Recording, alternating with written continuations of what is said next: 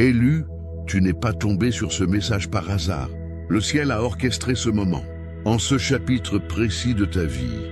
Quand le poids semble incessant, quand les questions grondent comme le tonnerre dans ton esprit, tu étais destiné à entendre ce que je vais te dire. Ce n'est pas une simple inspiration, c'est une confirmation. Avant d'aller plus loin, si votre esprit confirme cette parole, agissez, aimez ce message maintenant. Abonnez-vous pour ne pas manquer la prochaine parole que le ciel révélera. Indiquez votre ville et votre nation dans les commentaires afin que les élus se lèvent à travers les nations. Tu connais cette sensation, n'est-ce pas? Celle où tout le monde semble avancer sans effort, pendant que toi, tu portes la charge lourde. Où les problèmes te trouvent comme si tu étais un aimant pour eux. Où les gens se tournent vers toi quand tout s'effondre. Et d'une manière ou d'une autre, on s'attend à ce que tu aies la réponse, le plan, la force pour empêcher l'effondrement. On t'a si souvent appelé le fort que tu as oublié que tu as le droit d'être humain. Tu as le droit d'être fatigué. Tu as été la personne de référence depuis si longtemps. Tant de crises sont passées entre tes mains que tes propres besoins sont devenus des murmures doux que tu as appris à ignorer. Mais laisse-moi te dire ce que le ciel voit quand il te regarde. Le ciel ne voit pas une bête de somme. Le ciel ne voit pas quelqu'un qui a tiré la courte paille. Ce que le ciel voit, c'est un pourvoyeur. Et je ne parle pas de pourvoyeur au sens limité du monde. Le monde mesure les pourvoyeurs par les salaires et les comptes en banque. Mais le ciel définit le pourvoyeur par quelque chose de bien plus profond, de bien plus éternel. Tu es celui que l'Éternel Dieu a choisi pour préserver la vie. Pas seulement la tienne, pas seulement la survie de ta famille. Tu portes le pain qui nourrira des générations que tu n'as pas encore rencontrées. Tu penses peut-être à Joseph en ce moment, ou peut-être n'as-tu jamais fait ce lien. Joseph n'a pas demandé à être jeté dans une citerne par ses frères. Il n'a pas volontairement accepté de fausses accusations ou une cellule de prison. Pourtant, chaque trahison, chaque injustice, chaque minuit de solitude était une préparation. Parce que quand la famine est arrivée, Joseph ne nourrissait pas seulement l'Égypte. Il préservait la lignée à travers laquelle le Messie viendrait. La fidélité d'un seul homme dans l'obscurité est devenue le salut pour des nations. C'est ce que fait un pourvoyeur. Un pourvoyeur ne survit pas simplement à ses épreuves. Un pourvoyeur devient une provision dans la famine de quelqu'un d'autre. Et tu es épuisé parce que tu fais cela depuis si longtemps, sans pleinement réaliser pourquoi. Peut-être as-tu pensé que quelque chose n'allait pas chez toi. Peut-être t'es-tu dit que tu avais fait de mauvais choix ou que Dieu te punissait ou que tu étais maudit par la malchance. Mais si je te disais que chaque chose que tu as endurée était une mission stratégique, et si la pression n'était pas aléatoire mais intentionnelle, pas cruelle mais purposeful, l'ennemi de ton âme a travaillé dur au fil du temps pour te convaincre que ta lutte signifie que tu fais quelque chose de mal. Que si seulement tu avais plus de foi, la vie serait plus facile. Que si Dieu t'aimait vraiment, tu ne serais pas celui qui répare toujours, qui donne toujours, qui soutient toujours les autres. Mais c'est un mensonge conçu pour te faire abandonner juste avant ton percée. Parce que l'ennemi, c'est quelque chose que tu commences à peine à comprendre. Tu ne traverses pas cela. Tu es préparé à travers cela. Il y a une raison pour laquelle les épreuves sont venues par vagues. Il y a une raison pour laquelle, une fois un problème résolu, un autre est apparu.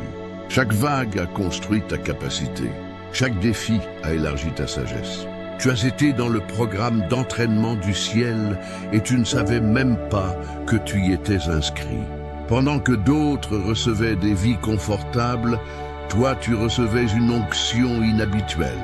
Pendant que d'autres étaient divertis, toi tu étais équipé. Sais-tu ce que Néhémie a fait? Il n'était pas prêtre, il n'était pas prophète. Il était échanson, un serviteur dans le palais d'un roi étranger. Mais quand il a appris que les murailles de Jérusalem étaient en ruine, et que le peuple était en détresse, quelque chose s'est remué en lui qu'il ne pouvait ignorer. Il n'a pas délégué, il n'a pas attendu quelqu'un d'autre. Il a reconstruit ce qui était détruit. Et l'Éternel Dieu n'a pas envoyé une armée.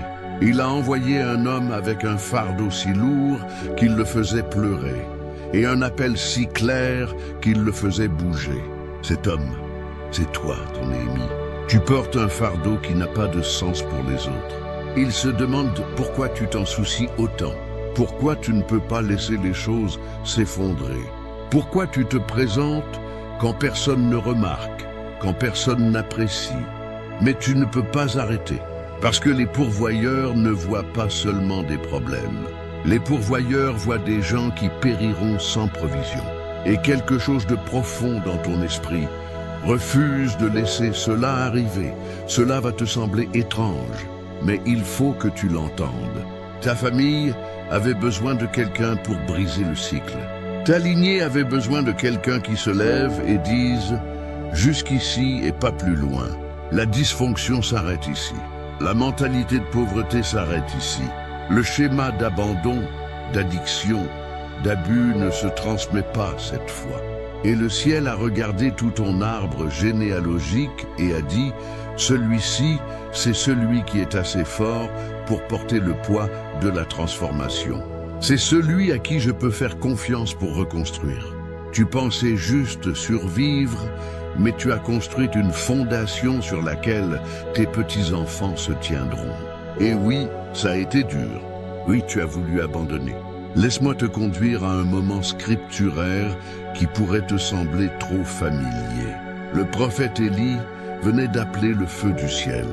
Il avait vaincu 450 prophètes de Baal, l'une des démonstrations les plus dramatiques du pouvoir de Dieu dans l'histoire. Et puis, une seule menace de Jézabel l'a fait fuir.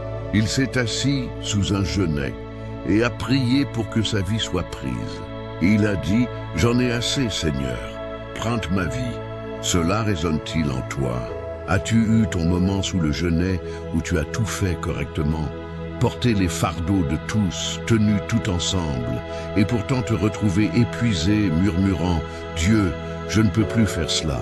Voici ce que le ciel a fait pour Élie. Un ange n'est pas venu pour un discours d'encouragement. L'ange est venu avec du pain et a dit « Lève-toi, mange ». Puis il l'a laissé dormir. Puis il a apporté plus de nourriture. Puis il l'a laissé se reposer à nouveau. Parce qu'avant de donner à Élie sa prochaine mission, Dieu s'est assuré qu'Élie soit restauré. Le voyage à venir allait être long. Et Élie ne pouvait pas le faire sur des vapeurs. Tu dois entendre cela. Le repos n'est pas une rébellion. Le repos est une obéissance. Si tu es un pourvoyeur, ta force n'est pas infinie. C'est une ressource. Et une partie de ta mission est de gérer cette ressource avec sagesse. Tu ne peux pas verser d'un vase vide. Tu ne peux pas nourrir les autres quand tu meurs de faim toi-même. Le ciel ne te demande pas de t'épuiser. Le ciel te demande de te rythmer pour le marathon et pas seulement pour le sprint. Certains d'entre vous ont sprinté si dur pendant si longtemps que le repos semble de la paresse. Mais les pourvoyeurs qui ne se reposent pas deviennent des martyrs, et les martyrs ne se multiplient pas. Les martyrs meurent de mort noble et laissent tout le monde dans le chaos. Dieu ne t'a pas appelé à être un martyr. Dieu t'a appelé à être un multiplicateur. Maintenant, laisse-moi te raconter une autre histoire, car celle-ci pourrait tout changer. La veuve de Sarepta n'avait plus qu'une poignée de farine, un peu d'huile dans une cruche. Elle se préparait à la manger avec son fils et puis à mourir. C'est le fond du gouffre. Aucune option, aucun espoir. Et puis le prophète Élie est arrivé et lui a demandé de le nourrir en premier. Imagine, elle meurt de faim, son enfant meurt de faim et cet homme de Dieu dit « Fais-moi d'abord un gâteau, puis pour toi ». Cela semble outrageant, peut-être cruel, mais voici ce qui s'est passé. Elle a donné de son manque. Elle a donné quand cela n'avait aucun sens. Elle a nourri le prophète de sa dernière portion. Et à partir de ce jour, la farine n'a pas manqué. L'huile ne s'est pas tarie. Chaque jour, il y en avait assez. Pas d'excès, pas d'indulgence, mais assez. C'est l'onction du pourvoyeur. Quand tu donnes de ton manque, le ciel multiplie. Quand tu bénis les autres de ta brokenness, tu déverrouilles une provision qui défie la logique. Mais voici la clé. Elle a dû donner en premier. Elle a dû faire confiance que l'acte de provision déclencherait la provision du ciel. Combien de fois y as-tu été? À peine assez pour toi-même, mais quelqu'un avait besoin de toi et tu as donné quand même. Tu pensais être fou. Tu pensais te saboter, mais chaque fois que tu as choisi d'être du pain pour quelqu'un d'autre, le ciel l'a noté et l'huile n'a jamais manqué, n'est-ce pas? Tu as continué. Tu as continué à y arriver, pas parce que tu avais beaucoup, mais parce que le ciel continuait à remplir ce que tu versais. Ce n'est pas de la chance, ce n'est pas une coïncidence. C'est l'onction du pourvoyeur en action. Maintenant, laisse-moi te dire ce qui change en ce moment même, dans cette saison précise. Le poids que tu portes va bientôt avoir du sens. Les épreuves qui semblaient aléatoires vont bientôt révéler leur but. Tu vas bientôt voir la preuve de tout ce que tu as semé en secret. Chaque fois que tu as donné quand tu ne pouvais pas te le permettre.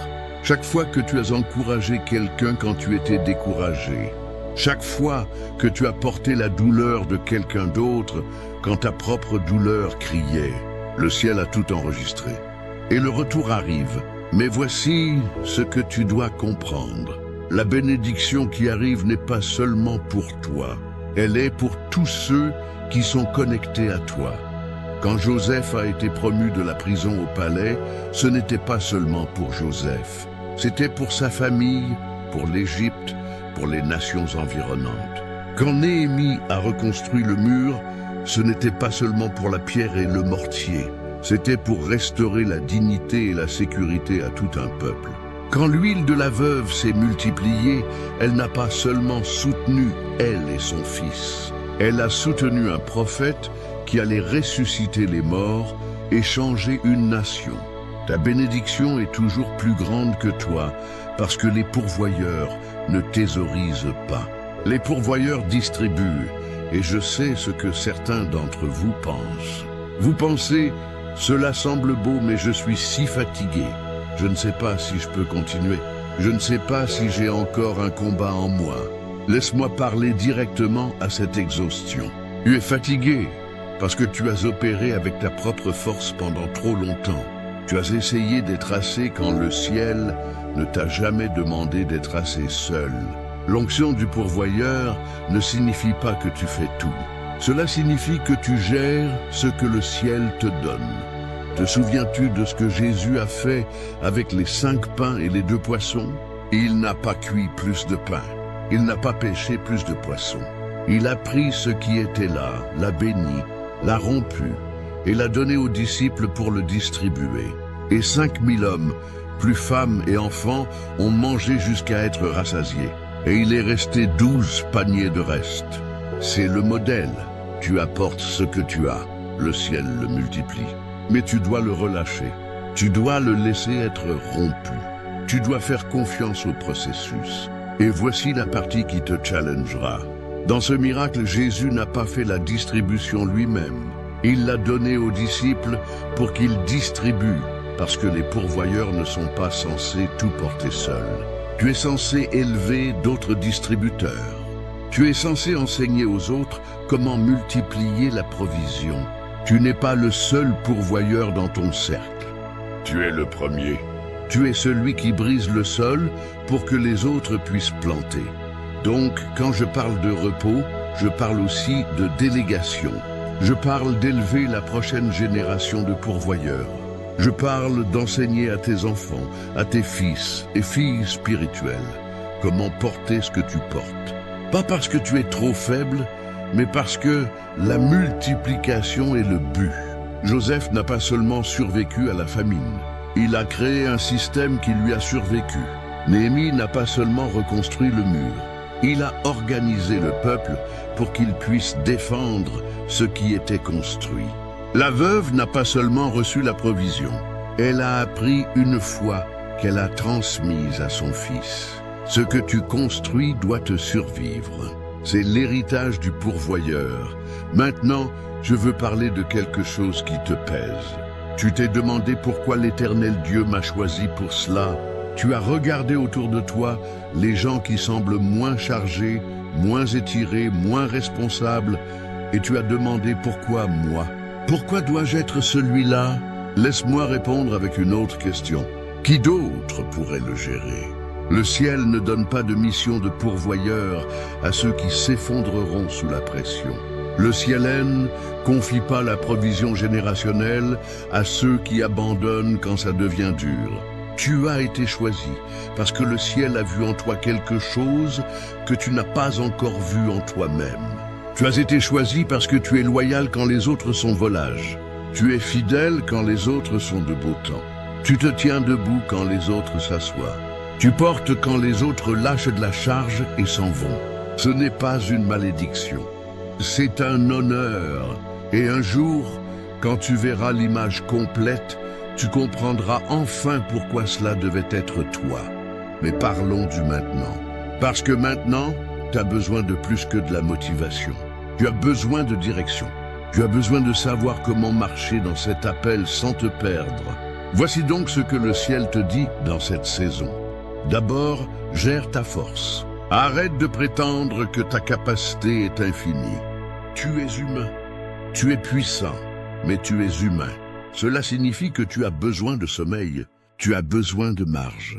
Tu as besoin de gens qui versent en toi, pas seulement des gens en qui tu verses. Trouve-les, poursuis-les. Arrête de croire le mensonge que tu es censé être la source de tout le monde. Tu es un conduit, pas la source. La source est le ciel. Ton travail est de rester connecté à la source pour pouvoir distribuer ce qui coule à travers toi. Deuxièmement, pratique l'art de la provision stratégique. Tu ne peux pas nourrir tout le monde. Tu ne peux pas tout réparer. Même Jésus n'a pas guéri tous les malades en Israël. Il a guéri ceux que le Père lui montrait à guérir. Tu dois développer un discernement spirituel sur où investir ton temps, ton énergie, tes ressources. Ce n'est pas parce que quelqu'un a un besoin que tu es celui assigné à le combler. Demande au ciel, est-ce le mien à porter? Et puis, sois prêt à entendre non point. Troisièmement, protège ta paix comme tu protèges ta provision, parce que ta paix est une provision. Quand tu perds ta paix, tu perds la perspective. Quand tu perds la perspective, tu prends de mauvaises décisions. Et les mauvaises décisions te coûtent des années. L'ennemi le sait. C'est pourquoi il envoie le chaos. C'est pourquoi il remue le drame. C'est pourquoi ton téléphone sonne avec l'urgence de quelqu'un d'autre même, quand ton âme murmure assez. Mais tu dois construire des frontières. Tu dois créer de l'espace où tu peux entendre la voix du ciel au-dessus du bruit. Quatrièmement, célèbre les petites victoires. Tu es si concentré sur la grande percée que tu rates les miracles quotidiens. Tu as traversé un autre mois, c'est un miracle. Tes enfants vont bien, miracle. Tu as encore ton esprit, miracle. N'attends pas d'avoir franchi une ligne d'arrivée monumentale pour reconnaître que le ciel bouge. Le ciel bouge en ce moment dans les petites choses en te préparant pour les grandes. Cinquièmement, souviens-toi pour qui tu fais cela. Quand le fardeau devient lourd, quand les critiques deviennent bruyants, quand le poids semble insupportable, souviens-toi des visages. Souviens-toi des gens vivants parce que tu n'as pas abandonné. Souviens-toi des enfants dont l'avenir a changé parce que tu as brisé le cycle. Souviens-toi des générations qui se lèveront parce que tu as posé les fondations. Tu ne fais pas cela pour les applaudissements. Tu le fais pour l'héritage. Maintenant, laisse-moi parler de ce qui vient, parce qu'il y a un shift dans l'atmosphère. Tu vas bientôt le sentir. La saison d'obscurité se termine. La saison de reconnaissance commence. Pas parce que tu as besoin de reconnaissance, mais parce que ton influence va s'étendre. Tu as été fidèle avec peu. Maintenant, tu vas être confié avec beaucoup. Et quand je dis beaucoup, je ne parle pas seulement de plus de ressources. Je parle de plateformes, d'opportunités, de portes que tu n'as pas frappées, de connexions que tu n'as pas poursuivies.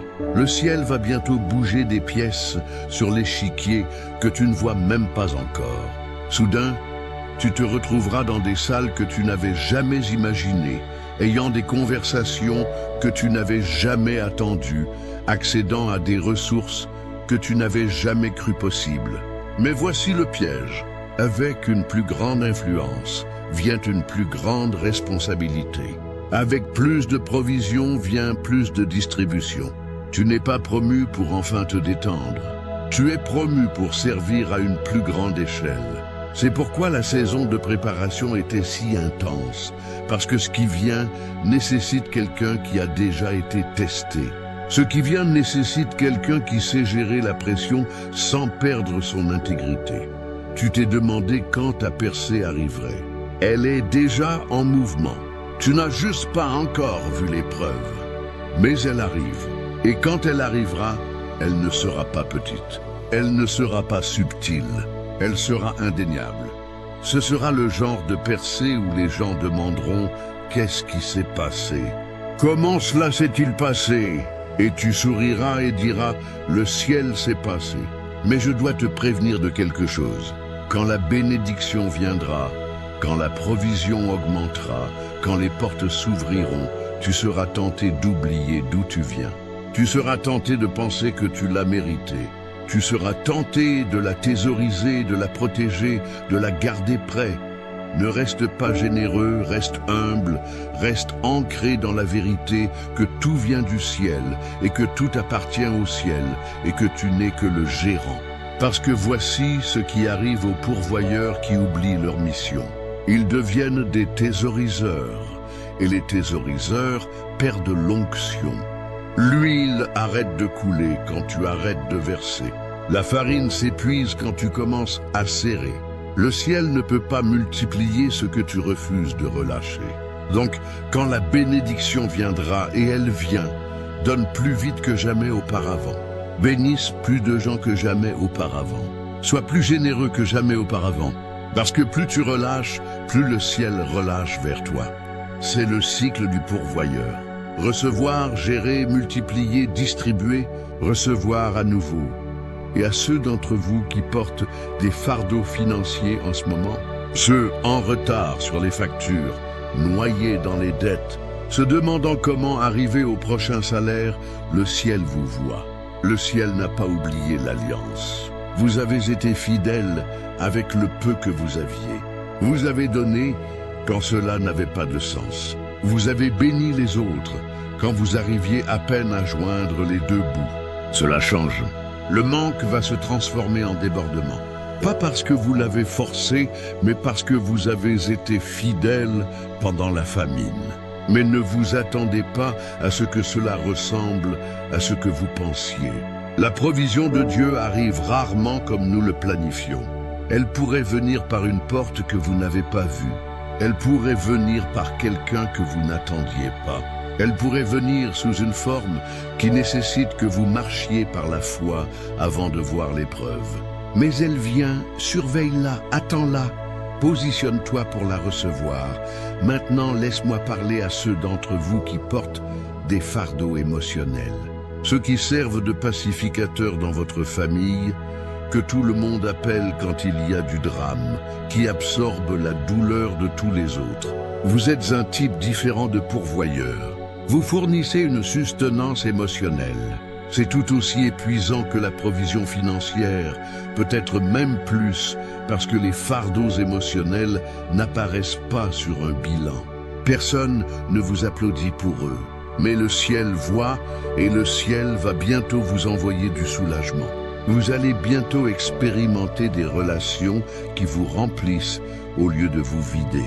Vous trouverez des espaces sûrs où vous pouvez être faible, où vous pouvez être incertain, où vous pouvez vous appuyer parce que même les pourvoyeurs ont besoin de pain. Et à ceux d'entre vous qui portent des fardeaux spirituels, ceux qui intercèdent pour des gens qui ne savent même pas que vous priez, qui se tiennent dans la brèche pour des familles, des villes, des nations, entendez ceci. Vos prières ne sont pas vaines. Chaque intercession a été enregistrée. Chaque larme a été collectée. Chaque cri de minuit a atteint le trône. Et la percée pour laquelle vous avez prié va bientôt se manifester. Pas seulement pour vous, mais pour tous ceux que vous avez couverts. Vous allez voir le fruit d'années de prières fidèles.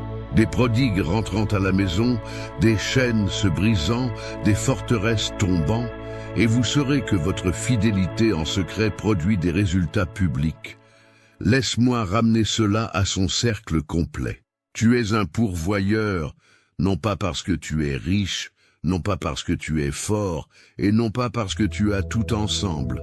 Tu es un pourvoyeur parce que le ciel te fait confiance, avec la mission de préserver la vie, de multiplier la provision et de construire un héritage.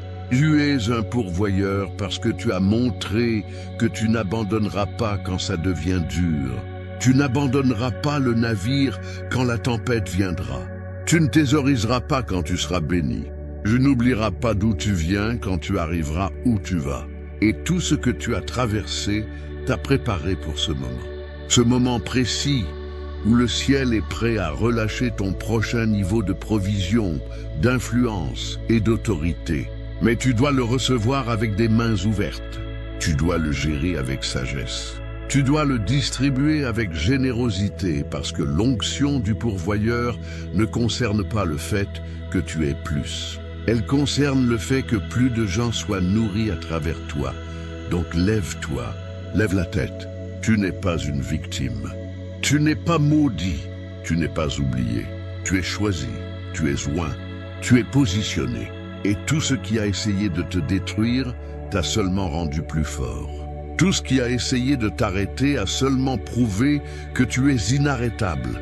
Tout ce qui a essayé de te faire taire a seulement amplifié ta voix. Le pourvoyeur ne mendie pas. Le pourvoyeur rompt le pain et nourrit des multitudes. Le pourvoyeur ne se plaint pas du fardeau. Le pourvoyeur le porte avec grâce, sachant que le poids construit du muscle pour le prochain niveau. Le pourvoyeur n'attend pas la permission. Le pourvoyeur marche dans l'autorité parce que le ciel a déjà autorisé la mission. C'est ta saison. C'est ton moment, c'est ton temps pour entrer pleinement dans l'appel qui était sur ta vie, même avant que tu naisses. Tu es né pour un temps comme celui-ci.